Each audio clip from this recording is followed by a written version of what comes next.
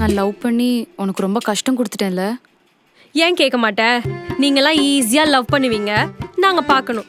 ஈஸியா சண்டை போடுவீங்க, எல்லாத்தையும் கேட்கணும்.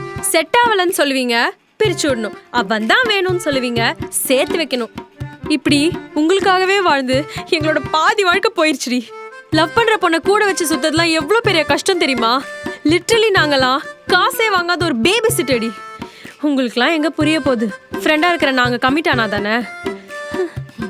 இப்ப எதுக்கு இவ்ளோ சலிச்சுக்கிற? நீயும் லவ் பண்ணு, நான் பாத்துக்கிறேன். நீ இது எல்லாத்தையும் பண்ணிட்டக்கு அப்புறமும் எனக்கு லவ் மேல ஆசை வரும்னு நினைக்கிறியா ஷவா? நெவர்.